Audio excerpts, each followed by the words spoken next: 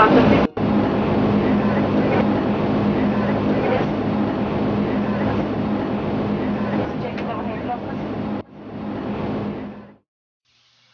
here we are, we've all piled out, we've made our final landing for the day and we're waiting on the wharf to catch the boat over to Gizo, which is our final destination. For that day anyway. So we finally got to Gizo. Yeah, have a look at us. We looked a really clean bunch when we arrived. So we wandered up the street of Gizo. It's all a bit new. Checked in at the guest house. Made a real mess of our room really quickly. Before we headed off to Ranongga the next morning, we got a chance to have a bit of a look around Gizo. Yeah, it was really interesting.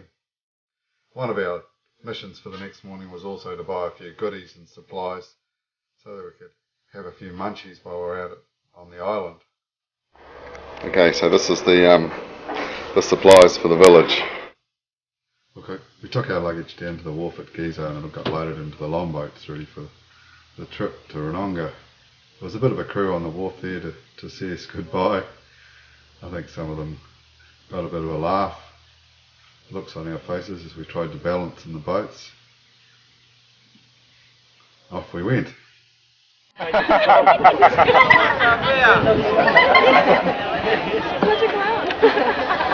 So Phoebe's just made it on board, and you gotta bow, you gotta bow. She's now going to. Yeah, Phoebe, you didn't bow. No, I'm not that much of an exhibitionist, really. I'm a strong place. Sorry. So right, yeah, there's a full crew on here. We're all feeling like Michelin men. My water. It looks like we're away.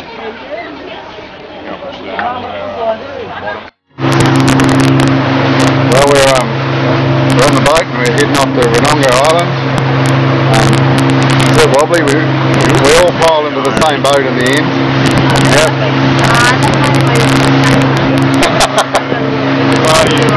Jason, hi Jason. Hi.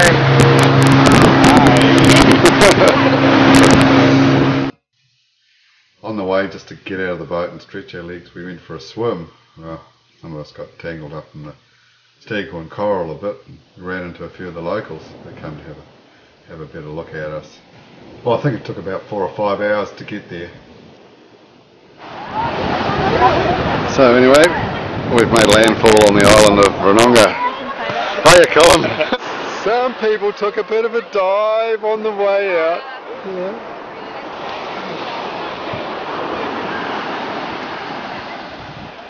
Very cool. I suppose I should go and lift some stuff. Phoebe's the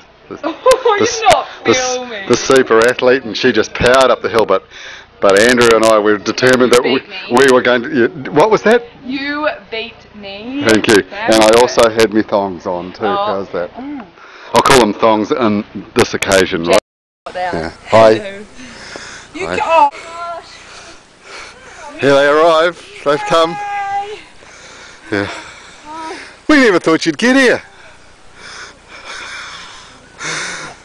That was pretty rough, wasn't it? We made it. How'd you go, Simon? I loved it. Oh, I'm just wet through. Yeah, intrepid mountaineers arrived.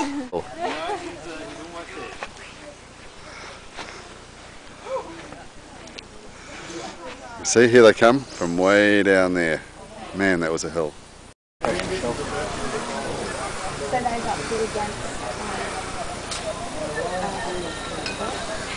Yeah, so when I left it was just a frame, just the frame as a training exercise, and then just up to 10 I mean, it was...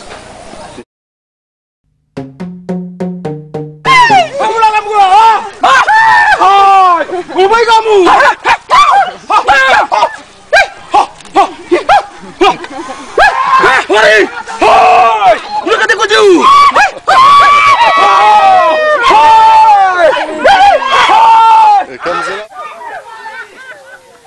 Well, they were real machetes and all the rest of it, but We weren't too convinced about how savage these guys really were. I suppose you never can tell. David didn't seem to be too worried. So we just kept on walking anyway.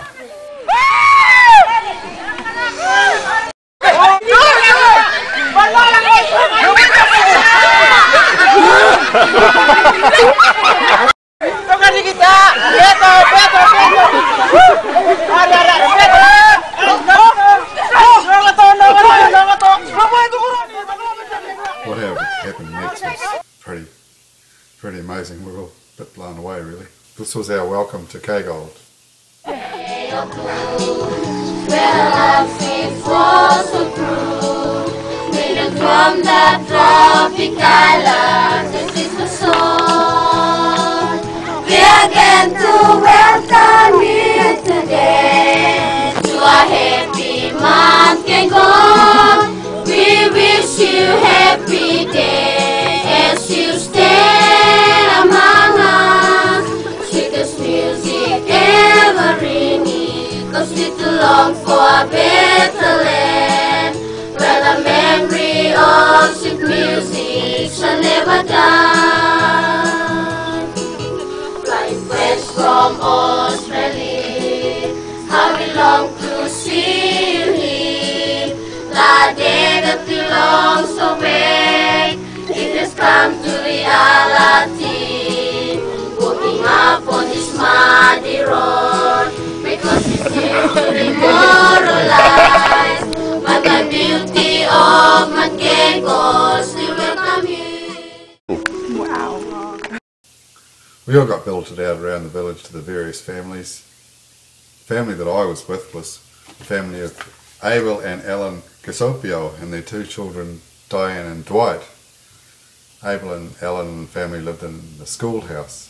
Like the other houses in K-Gold, Ellen and Abel's house was made of leaf, which makes it incredibly comfortable to live in the tropics.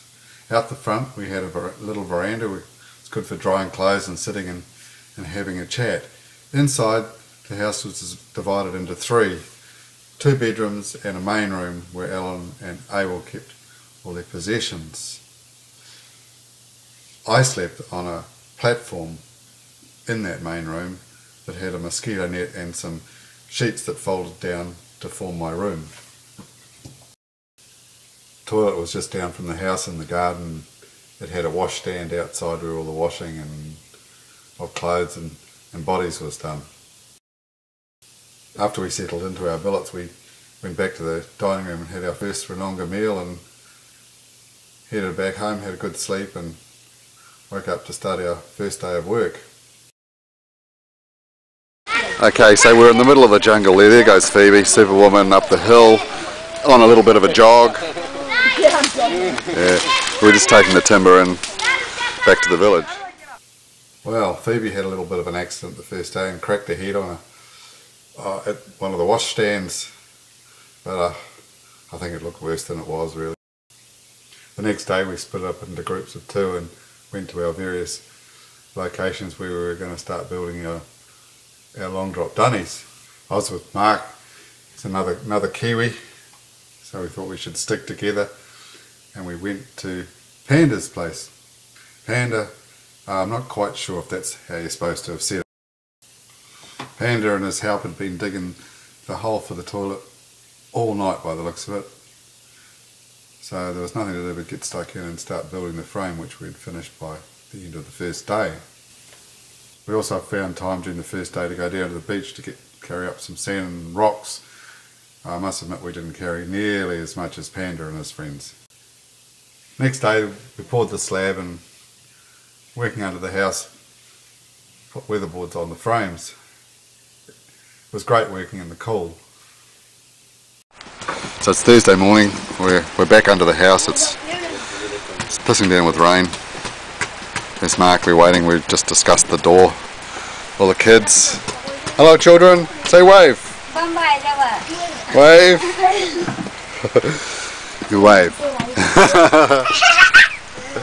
There's all the children. This is Mrs. Panda. Hi. Okay, you wave.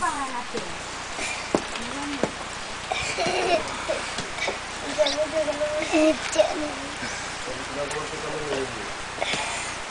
you go. I never did get a handle on how many children Panda and his wife had, but I think there was about 6 or 7. So later on that afternoon we thought we might just have a bit of a snoop around and see how everyone else was doing with their dunny construction. We went down to Roberts and had a look at Carolyn and Colin's progress, which was pretty good. I think they had a lot of help though, so they were getting on really well. Church day, it was Saturday, so we scrubbed up as best we could and all assembled outside the church. All the children were pretty fascinated with us coming to church, I think. Yeah, it was a big day. Robert was outside. He was also looking pretty flash with his McDonald's shirt, which is very intriguing.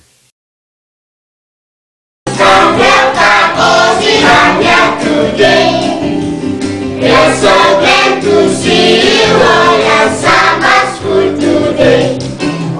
Welcome, welcome, Ozzy, welcome here today. We're so glad to see you all at summer school today. Happy birthday, dear sister. Happy birthday to you. There's a smile on my face. There's a smile on my face. There's a smile on my face because of me. There is Jesus in my heart. There is Jesus in my heart. Arikamu Totoru. Good morning, everyone. Ara I Andy. My name is Andy. Ara Rabate Lima Aruku.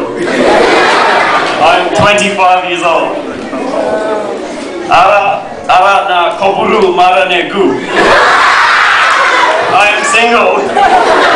I kaki Koburu Reko Tarigamu. Are there any single ladies?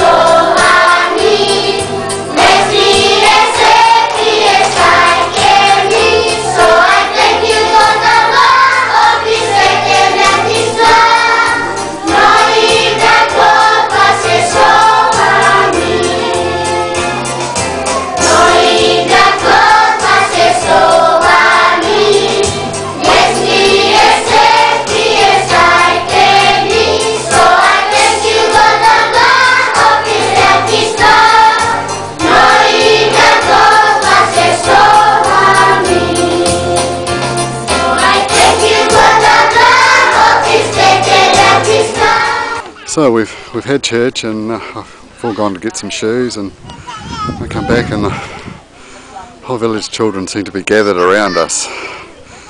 There's Phoebe standing out like a beacon as usual. All the ladies with their children.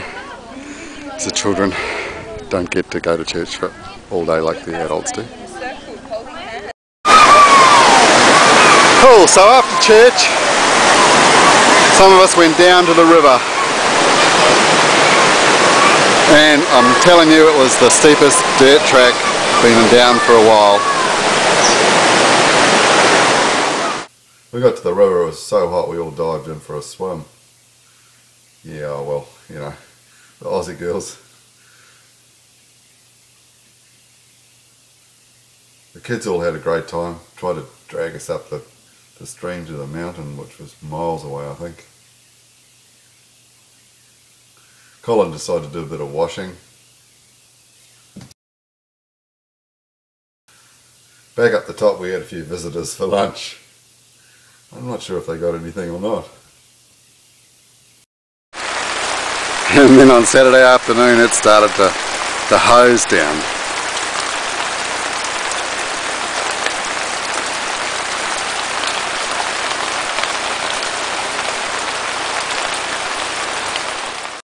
It's been another wet night. idea of how this The puddle around the bottom of the stairs doesn't get any better. sitting on the ground and just rot, and then the whole thing will weaken.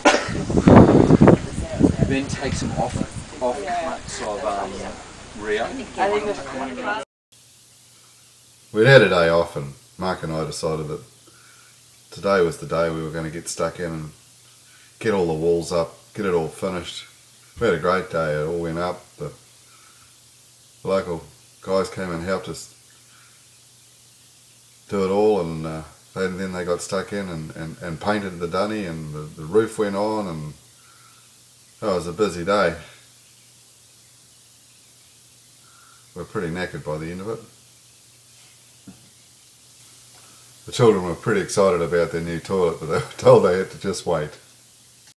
Every morning the ladies of the village got up really early and prepared us breakfast, which we really appreciated. We all had a bit less to do that day, so after breakfast we decided to go and have a look at the schoolhouse, and we all ended up in a discussion about time zones and how the sun moves around the earth, and it's quite an educational day really down at the school. I think we all got a bit stretched. I'd always been interested in having a look into the cookhouse next to where I was hosted, so I asked Emma, Ellen's mum, if she could show me around it. It was pretty interesting. There was, I think, 4 different ways of cooking. We got back to Pandas, and he was just putting a few finishing touches to their new dunny, and it was looking pretty good.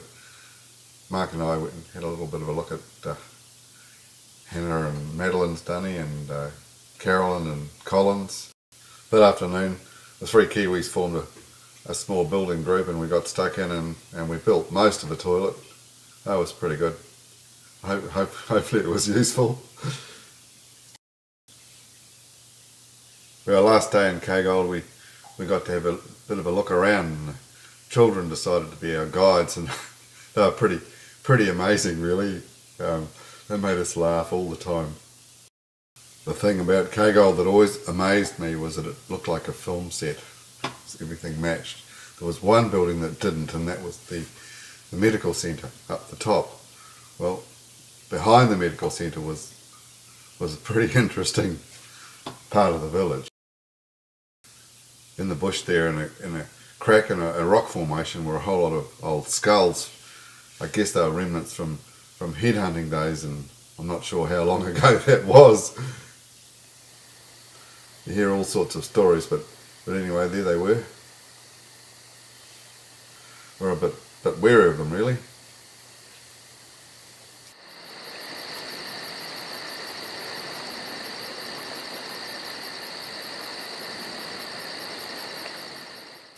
After viewing the skulls, we headed off to Mondo village. I'd say we did it the steep way, but it took us across the stream at the bottom of a gully, and the children showed us how they played the rock game. They would sit on a rock and swing rocks attached to vines, and the idea was to get as many going as possible and not get your head hit every time it swung by. After the rock game, we arrived at Mondo village. That was pretty interesting. A lot of the buildings that were there reminded me a lot of New Zealand beach batches.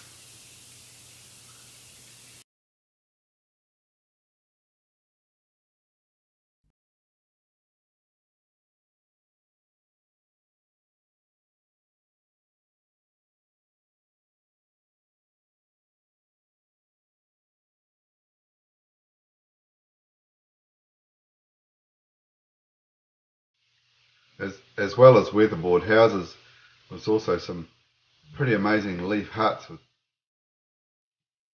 really intricate patterns that look pretty cool. I think this one was the school teacher's house.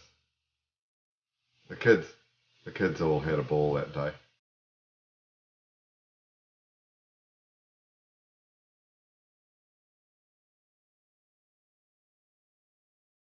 The track back up the hill didn't get any easier.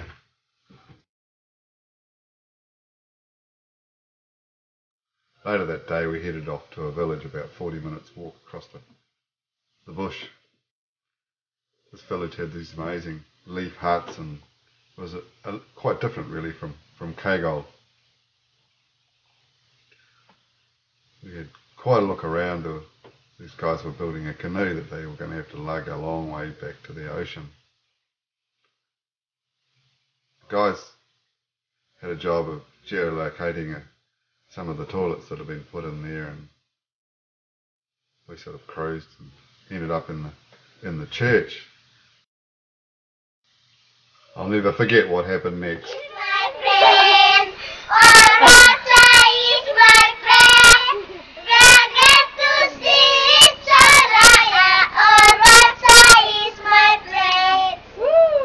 Thank you.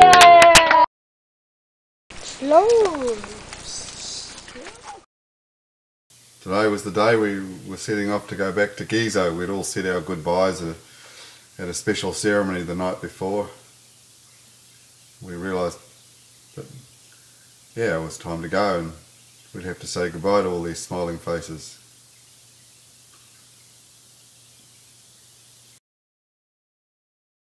So we loaded up all our bags and we headed off down the hill to catch the boat. But it got a bit wet on the way. So we're sheltering. In the hat there's Mark waving. There's Robert. So it's all got a bit wet.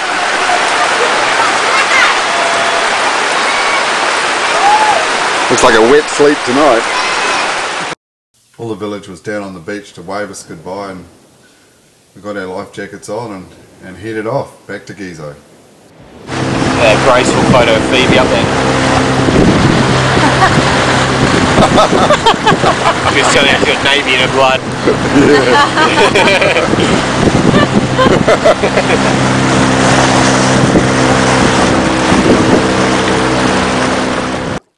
We had a break after a while, stretch our legs, look around. We saw some coconut drying in the sun. We had a look to see if there was any saltwater crocodiles in the estuary over at the back. I'm not sure if we would have seen them.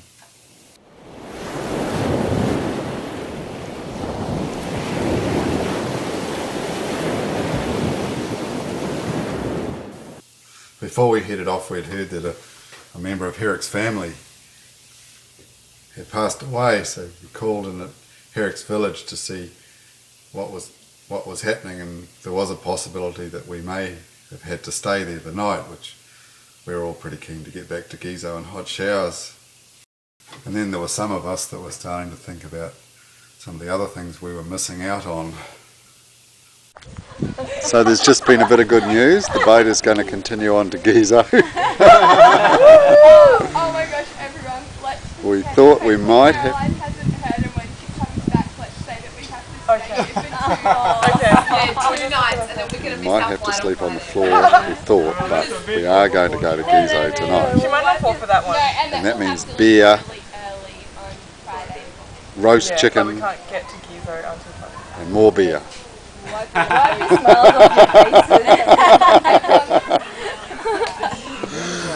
And most people are pretty excited about that, I can see. All of a sudden, We've perked up. charged up. Scary bit of wiring once you head on that. Where? Just here. Oh yeah. Since when did you get a member of parliament carrying a chair for Thank you very much, Herrick. One of Herrick's family members made us lunch. We had a bit of a rest and headed off again. Phoebe dozed off in Hannah's arms. We had a pretty good trip back in the boat. Got to have a look at the little islands and resorts and things along the way. We arrived back in Gizo and settled up into our accommodation at Paradise.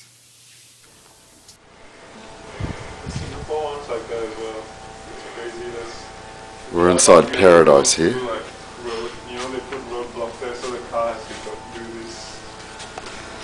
Outside Paradise.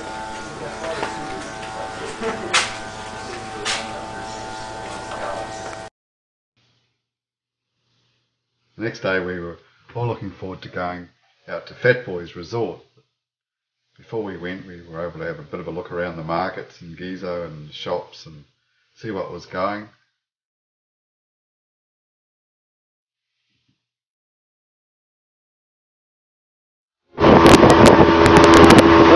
off the Fat Boys. On the way we got to see Plum Pudding Island, which is the island that President Kennedy swam to after his torpedo boat got hit by a destroyer during World War II. Kennedy Island. We all had a very relaxing day out at Fat Boys, swimming around, snorkeling, sleeping, just hanging out and resting really.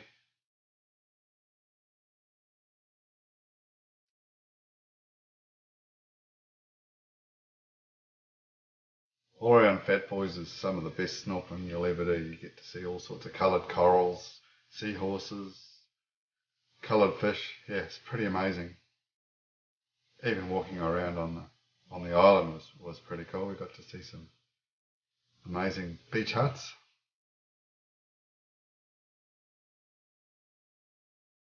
Next morning it was pack the bags again and head off to catch the boat over to the airport.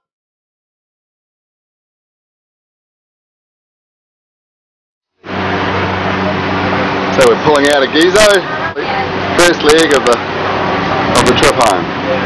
The boat across the harbour to the airport. Yeah. Did I say airport? Yeah, I did say airport.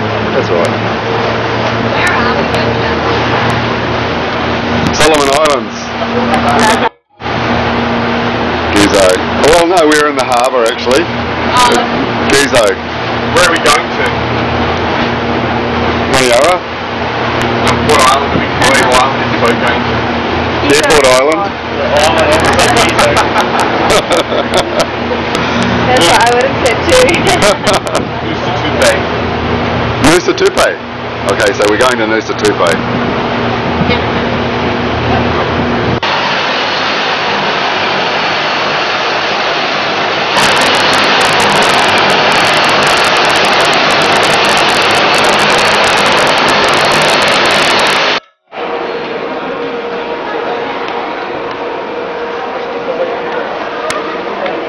Yara Airport.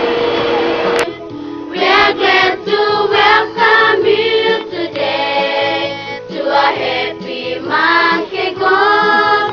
We wish you happy day as you stand among us. Sweetest music ever ringing, 'cause we too long for a better land, where the memory of sweet music shall never die. To welcome you today to a happy monkey go. We wish you happy day as you stay